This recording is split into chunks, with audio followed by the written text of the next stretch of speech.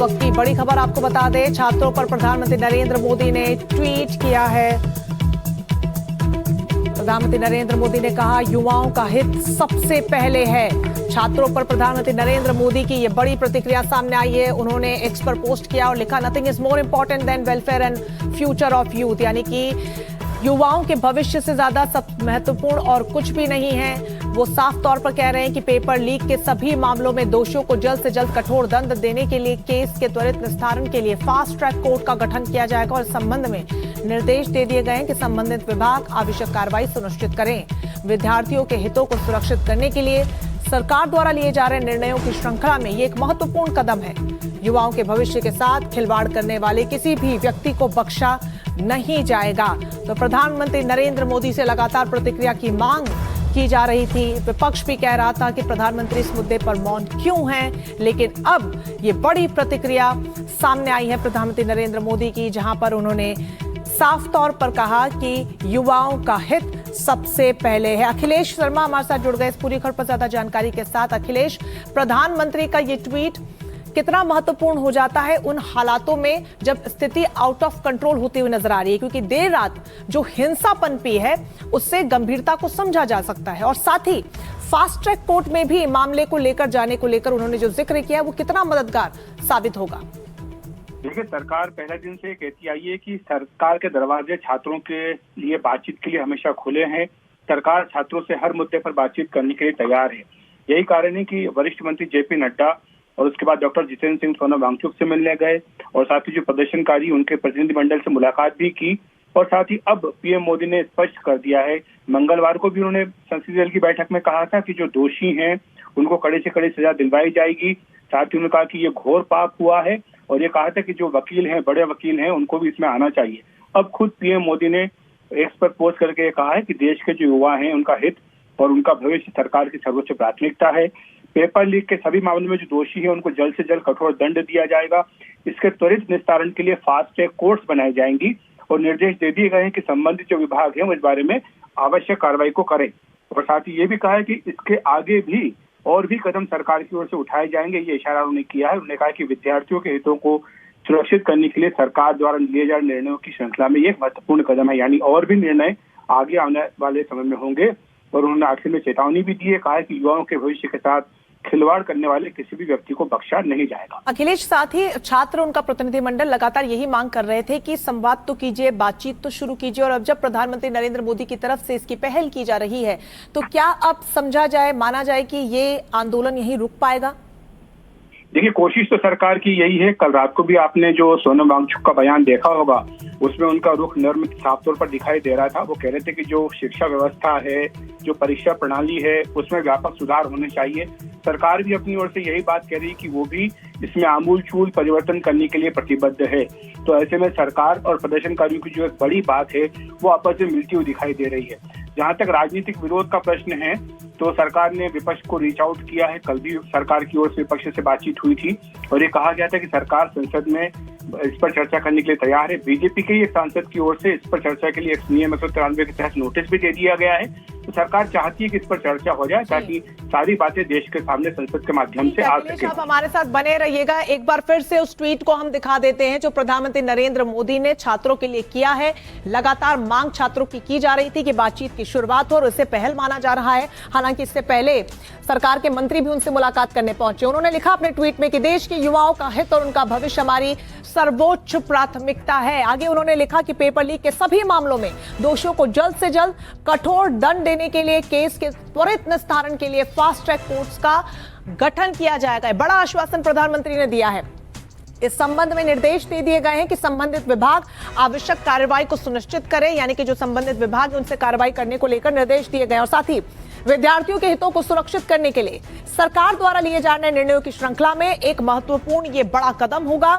और साथ ही युवाओं के भविष्य के साथ खिलवाड़ करने वाले किसी भी व्यक्ति को बख्शा नहीं जाएगा। अपने इस ट्वीट में उन्होंने इस बात का जिक्र किया है। अखिलेश, लगातार बैठकों का दौर भी हमने देखा है। 20 जुलाई को जब ये आंदोलन हो रहा था तो सीजेपी का जो एक प्रतिनिधि मंडल है वो जेपी नड्डा से मुलाकात करने पहुंचा और उसके बाद उन्होंने कई गंभीर आरोप लगाए कि अब हम बातचीत के लिए सरकार के पास नहीं जाएंगे, हमारा उन्होंने समय बर्बाद किया है। प्रधानमंत्री ने अब ये ट्वीट कर दिया, बड़ा आश्वासन दे दिया। लग रहा है कि मानेंगे वो इस बात को भी, या वो अपना रास्ता साफ कर चुके हैं, वो रास्ता है आंदोलन का।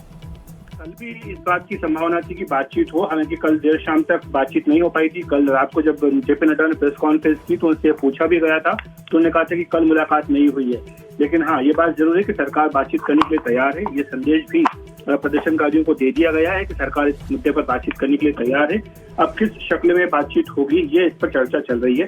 जैसा कि आपने खुद बताया कि प्रदर्शनकारी कह रहे हैं कि जंतर मंतर पर ही आकर सरकार बात करे या किसी न्यूट्रल स्थान पर बात करे। सरकार ने कहा है कि बातचीत होगी, कहाँ स्थान होगा, कहाँ समय होगा, ये आपस की बातचीत से तय हो जाएगा। लेकिन इसमें किसी तरह की कोई शर्त वाली बात कहीं से नहीं आती है। तो सरकार अपनी ओर से बातचीत करने के लिए इच्छुक है।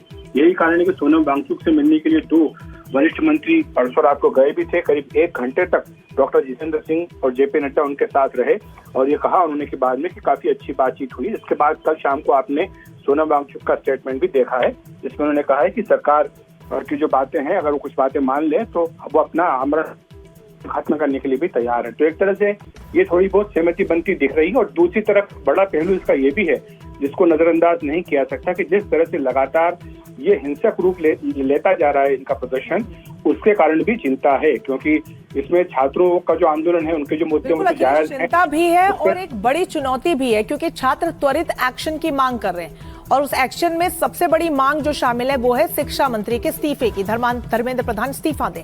ऐसे में जो तमाम बातें जिनका जिक्र प्रधानमंत्री ने आश्वासन के तौर पर अपने ट्वीट में किया है, उनमें समय लगता है। फास्ट ट्रैक कोर्ट में भी कुछ दिनों का समय लगेगा, संबंधित विभाग जब अपनी कार्रवाई को आगे बढ़ाएंगे तो उसमें भी समय लगेगा। लेकिन छात्र अब समय देने को तैयार नहीं, वो कह रहे त्वरित एक्शन चाहिए हमें। देखिए, तो धर्मेंद्र प्रधान के इस्तीफा देने से क्या ये सारी समस्याएं तुरंत हल हो जाएंगी? सरकार का ये कहना है इस बारे में। दूसरी बात ये कि जहां तक ये हिंसक रूप लेने की बात है, सरकार का ये कहना है कि इसमें कई अराजक तत्व जो हैं वो घुस आए हैं इस आंदोलन में और वो छात्रों के इस आंदोलन को बदनाम करने का प्रयास कर रहे हैं। तो जो लॉ एंड ऑर्डर की सिचुएशन है वो सही रहे, ये भी सरकार की एक बड़ी प्राथमिकता है। जिस तरह से कल रात के भी दृश्य आए हैं कि कई पुलिस वालों को पीटा है कुछ अराजक तत्वों ने, पुलिस के जो सीनियर ऑफिसर हैं वो भी उसमें घायल हुए हैं। तो ये दृश्य चिंता पैदा करते हैं। वो भी कनॉट प्लेस या जंतर मंतर का जो इलाका है, जो कि दिल्ली का बिल्कुल आप कह सकते हैं कि हार्ट है, वहां पर अगर इस तरह की घटनाएं होती तो इससे पूरी दिल्ली ठप होती है और ये एक बड़ी चिंता का विषय बना हुआ है। तो इसको भी सुलझाने का प्रयास सरकार अपनी ओर से कर रही है। यही कारण है कि खुद पीएम मोदी की ओर से अब फास्ट ट्रैक कोर्ट बनाने का फैसला किया गया है और साथ ही ये भी उन्होंने स्पष्ट किया है कि ये पहला कदम है, यानी इसमें आगे और भी कदम उठाए जाएंगे। और सबसे आखिर में उन्होंने ये भी लिखा है कि जो भी व्यक्ति दोषी है उसको कड़ी से कड़ी सजा दी जाएगी, किसी को भी छोड़ा नहीं जाएगा। हालांकि इस पूरे मामले में, नीट पेपर लीक मामले में अखिलेश, बड़ी कार्रवाई देखने को भी मिली। एनटीए के भी कई अधिकारियों को बर्खास्त किया गया, इसके अलावा भी कई लोगों पर गाज गिरी। अब जब आश्वासन दिया जा रहा है कि और ज्यादा सख्त कार्रवाई होगी, तो क्या इस पूरे मामले में कुछ लोग ऐसे भी हैं जो अभी बचे हुए हैं? देखिए, सरकार का ये कहना है कि इसमें सीबीआई की जांच चल रही है। 13 लोगों की गिरफ्तारी इसमें हो चुकी है और साथ ही इसमें अब आगे की भी जो कड़ियां हैं वो पकड़ी जा रही है। दूसरी बड़ी बात ये, सरकार का ये कहना है कि री एग्जामिनेशन हो गया, उसमें बच्चे उन्होंने क्लियर कर लिया, उनकी काउंसलिंग का जो है काम शुरू हो चुका है, जल्दी एडमिशन शुरू हो जाएंगे, उसके बाद उनकी पढ़ाई शुरू हो जाएगी। तो ऐसे वक्त पर जो बच्चे हैं उनका ध्यान अपनी पढ़ाई पर, अपने फ्यूचर पर है। ये जो व्यवस्था में खामी एक सामने आई थी उसको दुरुस्त करने का प्रयास किया गया।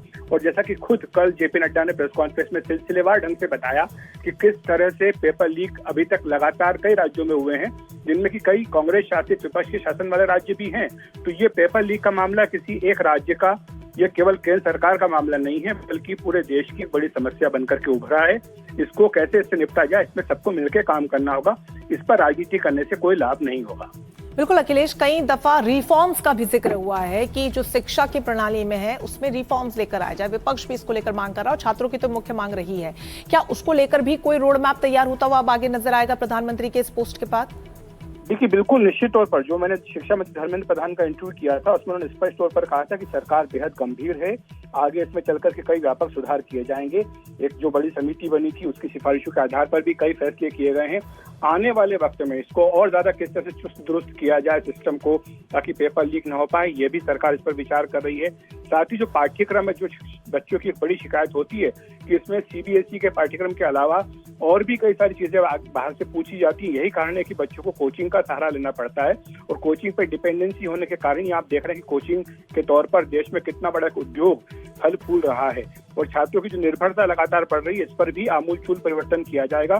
सरकार ये पूरी कोशिश करेगी कि सीबीएसई पाठ्यक्रम से इतर प्रश्न ना पूछे जाएं कॉम्पिटिटिव एग्जाम्स में, और साथ ही सरकार ये भी प्रयास करेगी कि जो 12th बोर्ड के एग्जाम होते हैं और उनके जो रिजल्ट्स होते हैं उनके मार्क्स को भी एकोमोडेट किया जाए, ताकि बच्चों का ध्यान स्कूली पढ़ाई पर भी रहे, न केवल कि पूरा ध्यान उनका कॉम्पिटिटिव एग्जाम पर रहे। बिल्कुल बेहद महत्वपूर्ण होगा अखिलेश, ये भी देखना कि लगातार जिस पहल बातचीत की जा रही थी, और सोनम वांगचुक ने भी कल वीडियो जारी करके कहा था कि सरकार बातचीत की शुरुआत करे, उस दिशा में आगे बढ़े, तो मैं छात्रों से अपील करूंगा, खुद भी अपना अनशन तोड़ दूंगा। तो देखना दिलचस्प होगा कि अब इस पोस्ट के बाद छात्र आंदोलन को लेकर क्या कुछ प्रतिक्रिया निकलकर सामने आती है। बहुत शुक्रिया आपका तमाम जानकारी के लिए।